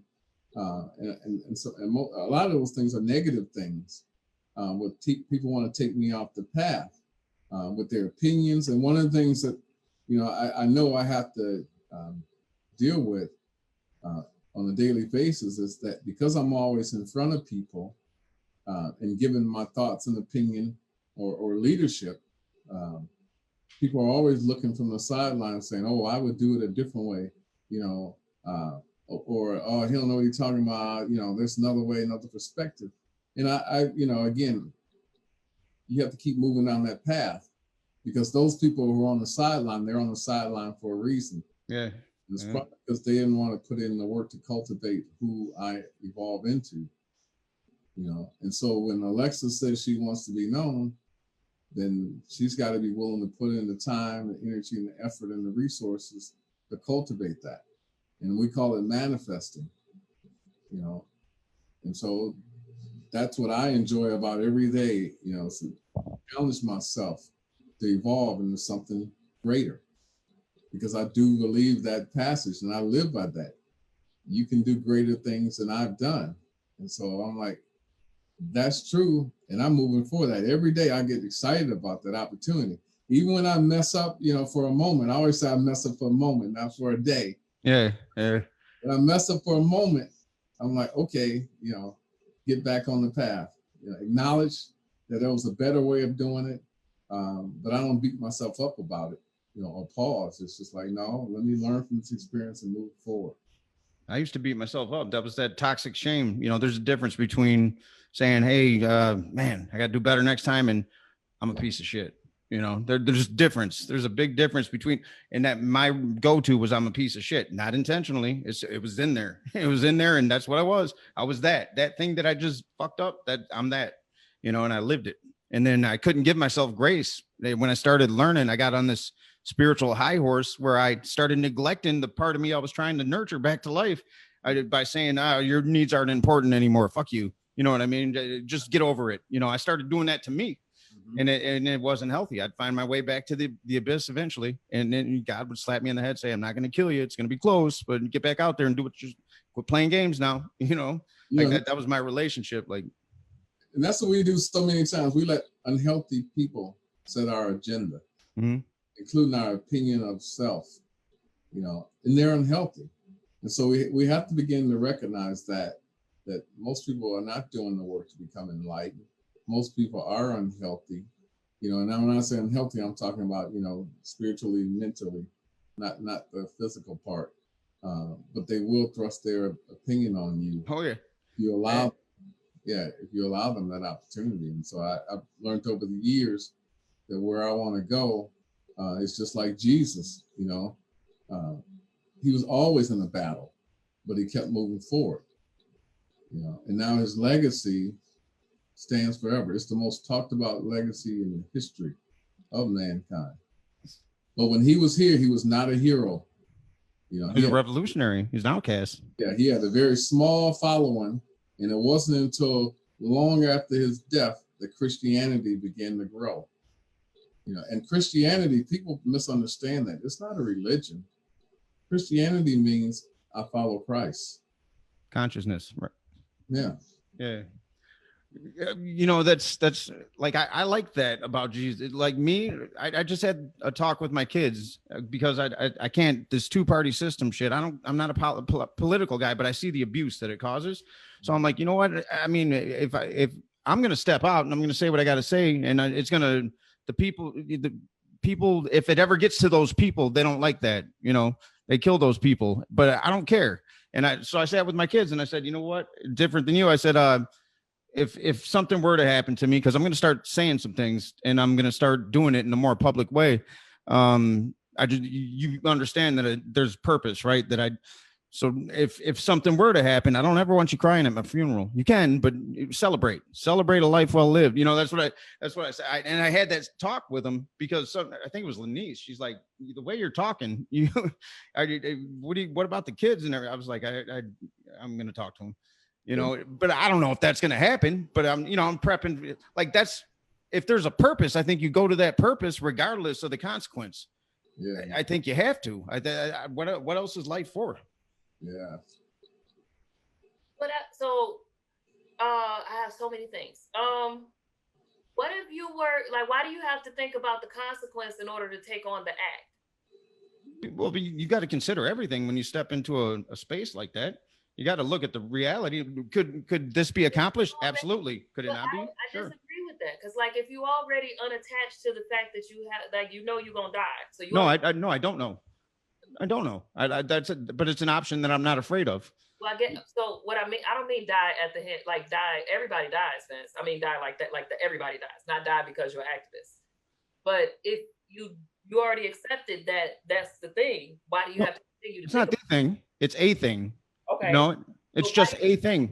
Is what I'm saying. Like if you already accepted that that's the risk you're willing to take, why right? Does it be an active part of your consciousness still? It's not an act. It doesn't engulf me every day. It's just a thing that could happen. It's not. I'm not attached to the outcome. I could fail miserably. This could go nowhere. And we got the two-party system, and and it is what it is. But I'm not attached to the outcome. I feel like there's something in there that maybe I can be successful at nudging. And that I have to be realistic with what the possibilities of that thing is, but it might not be that. I don't think you have to be realistic. Well, why not? I think you do. Because of duality, boo. Because you aware, you awake, you can co-create, you not sleep. That's why you don't have. I think it's more valuable to say with that earthly matters. You work with spirit, and spirit is not limited. So why would you work with spirit? Jesus worked with spirit greater than I ever. Well, let me not say maybe, but Jesus worked with spirit. And we see what, you know what I mean? So Martin Luther King definitely worked with spirit. Jesus did not live his life thinking about his death. The time he just did what he did. His death was when he was on the cross. Or maybe the night before, like Judas, like he knew what was going to happen. But it wasn't a thing. The thing was wake up. The death was the result of, hey, the work of. I don't wake up every day thinking about it. I don't even care about it. You talk about it a lot. I don't know what you do every day, but I see you. Yeah, and we talk often. And when you hear me talk, we're here, talking about these things. Yeah. But it's not a thing. I don't care. Like I'm unattached to that as an outcome. You don't hear me talk about I'm gonna die for the cause because I chose to live for it. So I don't think about my death. That I used to have to say all my people dead. So I used to, not all, but most. I used to think that I'm gonna die young too, and I used to think all of that stuff. But when I decided to live to 85, that was the choice, and I was done with those thoughts. Except when I'm talking about. Yeah, I mean, I don't know how long I'm gonna live, but I don't care. Like, I don't know if that makes sense. Like, I'm not attached. I don't care where it ends. But see that I'm in there with Alexis because I just don't see limitations. And so it's like, okay, because once I start seeing limitations, my mind starts to cater to those and it slows me down. How's death a limitation? Pattern of disbelief. Your survival means you don't have limitations. The fact that we having this talk, how many times you said you died and came back? See, now we're in this dual state talking about life being important. Protecting you, and you hear already a whole ass miracle. Why couldn't you have more? Mm-hmm. I don't know how that happens. I don't like that's the thing. I think you being like, I don't feel like you got enough reverence for the experiences that you had and the specialness thereof. To me, your expectation, you got to get away from this like spirituality mean humble stuff. That's for you to observe though. That ain't like that. I don't know that that's for me to observe. I don't know that I could ever see it. Talent and all this stuff in there, and you like, oh man, I don't want to be what I used to be, and I don't want to be what my daddy said I'm just be spiritual and love my kids, but you got a whole ass world to change, Vince. You ain't got to think about dying. And that's what I'm talking about doing. Like, you know, if that's my thing, I don't know if it is. Like I'm you know, I'm trying to convince other people that they got to be committed enough to die. You got to stick your neck out. Like me, I got to stick my neck out there. That's what makes me feel spiritually.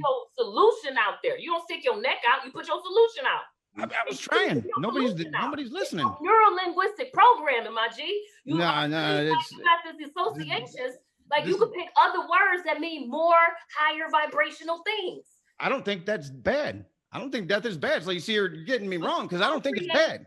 Humanity, and you got to put your neck out. People who think they putting their neck out, they're like, all they think about is the risk. They get into fear. No, that's not true. Pause. Had a courage of your conviction. Remember, inspiration is what moves things. Inspiration and fear. I'm not caught in that. I'm not in the place where you think I am. Like death don't mean anything to me. Like it doesn't mean it. You respond to death in a different way than I do. It's your consistent opinion. This ain't important. What we leave is important. You just said you want people talking about you. You know what I mean? So this thing right here, that's not the important thing. It's what we do. It's what we do with it. That's what matters. And we could be here for 2 more days, but as long as we did something with those 2 days, to me, that's what matters. Death ain't we're not dual, right? So what are we even talking about this thing for? Let's get the hell out of here. So death, Vince, then stop talking about death, period. Be committed enough that if that happened, oh well, you accepted it. You made it. I'm fine with it. Yeah, I'm cool with it either way. What you living for? What am I living for? To be what am I living for? Me to be the light, and I don't know what that means yet. So whatever form that takes, I wake up. That's what I wake up with. Is when I went and did this ayahuasca thing. I said, look, I just want the blocks. If there's blocks, take them away and show me. I want to live according to your will. You know, that's it. I don't know what that is. I don't have the ego. I used to have the ego to think I knew what that is, but I know that as long as I'm making those moves every day to be, I'll gravitate towards what feels light, and whatever feels dark, I move away from. You know, and it changes. You know what I mean? It changes from day to day. But there's something in there that has me. I don't know why, because I'm not an activist. I never wanted to be an activist. That ain't my thing. Like, activist, you know. Well, I never saw it. You know. You know, I had the same talk with another activist, and I'm like, I ain't never know I was an activist. This is the difference. Activists do something about the problems that they see. Well, I get that. Yeah. The fact that you want to do something, and then you're saying, I'm gonna do it. Boom, slap the label, activist. But that's all that matters to me is the doing. Like that. I don't care about the consequences. You know, and if I talk and if I want to have a talk with my kids just to be like, this could, like, I'm looking at the past. It's like, hey, go there and celebrate. You know, it's to inspire them. Like, you know, if you live a purpose-driven life and don't care about what the possibilities are, just know you did your thing. Because I tell them, I'm like, you got your only responsibility here. Like, I want you to get good grades and whatever, but it's not important. Don't let me catch you being lazy. You don't have to know what you want to do now, but every day what you need to do is illuminate the space you occupy while you got the time to occupy it. That's it. Like, and if you can and that's what I'm doing is I'm like a big kid. Once I got on the other side of that mental illness, then it became about curiosity and exploring and what can I learn today? Like that kind of thing. Like that's what my life is now. It's not, I don't get caught up on these goals, and it's just, let me be better than the day before. And it's been working. You know what I mean? I don't know where that leads me. You know, I could be 150, be the first one to live to 150. That's cool. I'll take it, you know, Or but it leads you to be in the general contractor or whatever for R&R Village, right? you know what's funny is I'm not a general people do it. laugh that I have this business and it's successful. I don't know how that happened. I just didn't want to move back to LA and raise my kids. Like, it's funny that I'm actually near any kind of building whatsoever. You know what I mean? Like, that's a laughable thing. Deal with this basement. Oh yeah, we'll deal with it. We got your neighbor. That's what's up. I'm just saying, this basement been a thorn in my hip for years. You know. Yeah, I think we're at 11, Glenn. We kept Glenn on until 11. Oh, it's 11? Yeah, it was supposed to be an hour. Okay, well, that's a good conversation. Yeah, Glenn, I finished my vision board. Oh, did you? you did that though. Okay, let's see. Inclusion, belonging, will. Oh, I like the soul, grace. I have a wait use for events. Yeah, let me see. What's the ease? Oh, ease. Yeah, I'm tired of doing shit the hard way. I don't have to. I like that. I can do a lot of easy things, a lot of hard things the easy way. I like that. What's at the very bottom? Huh? What's at the very bottom? This right here. Oh, right here. No, the other side. That says I have many successful and lucrative partnerships. Ah, okay. I like it. I like the board, the vision board. Yeah. She's over there building vision boards. I'm like, is that my kids? I'm afraid to text. I might miss something. No, I build my vision board. I got things to do, and That's like, the it keeps me on track, you know. Where she traveling? Oh yeah, I got, and it says I have a full schedule of speaking engagements, and guess what else I have now, Rev G? What? Somebody to write it first. Ah, there you go. I can tell them, like, I can't write, I can speak. You want to understand something and have me all ready to talk to you? I'm your person. Right. When I come out with a book, everybody know I did not write it. I told it. Well, that's the name of the game now. It is. I look at these people that put out 4 books a year. I'm like, how do they do that? And then when I get behind the scenes, I'm like, okay, they got writers. You know, and that was funny because I've been behind the scenes with Joel Osteen, and TD Jakes in particular have been privy to that. And they're like, no, man, we don't do those. The goal is to put out 4 to 6 books a year, and we got people that do that for us. I'm like, oh, okay. I wonder how you do all the things you do. Thinking you have to do every single thing is the problem. That's right. It's the hindrance. I got to get this information out. I got to have this knowledge out. So if my name is the name people going to hear it from, this the vision for the book. This what I mean. It's not like it's not going to get approved. When Tracy helped me with the course, we had weekly hours, more than once a week, intensive visioning sessions and like rechecks and approval. You know what I'm saying? You don't have to do the hard part. Not the hard part. It's hard for me and some people. For you, writing is easy. It's not for me. It's a whole block. It causes tears and upset and trauma response and nothing. My mama used to write my papers. I think I have a writing disability, right? Like when I was looking it up, it's called dysgraphia. I have all the symptoms.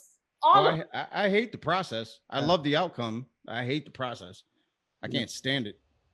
But that's neither here nor there. You want to take us out, Glenn, on I don't know. I mean, we didn't come to a resolution on whether to do it, but I think it was a good conversation for people to pick and choose what they want from it. Yeah, so too, everybody has their own perspective, and that's all this is for. This long form conversation. We just chop it up and let people take from it what they will. We ain't trying to push no agenda. It's just conversations. And if we can, somebody out there heard something tonight that's going to benefit them, and that's all that matters. And I'll be pushing it though.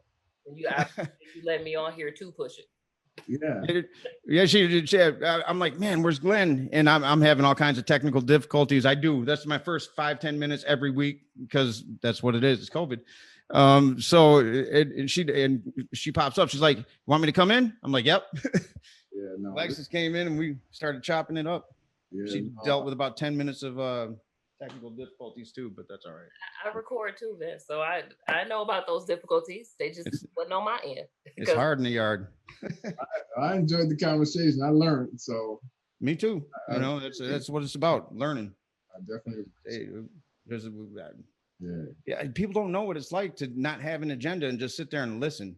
And you know, and there's trauma responses that'll happen in those conversations when they get real tough, like, oh shit, you know what I mean? But if you know that's what it is, you don't have to react to it. You can let it, because there's times where I'll come back, you know, conversations with Alexis, I have to think about it. I have to step out and say, oh shit, maybe a softer approach is the right way because this and this could happen. But in the moment when you're militant in your stance on taking down this system, you're thinking demand, and you know, and Alexis comes in with, well, what about ask?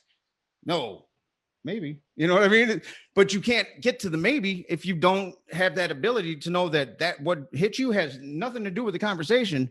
You're pissed at those people, you know what I mean? And then people bring their trauma into these conversations with therapists and people that are trying to help them, and they don't know they're doing it. Anyway, we ramble on all night, but hey, thanks for coming on. We'll do it again. All right. We'll do it again. Okay. All right, good night. This is Human Condition, everyone.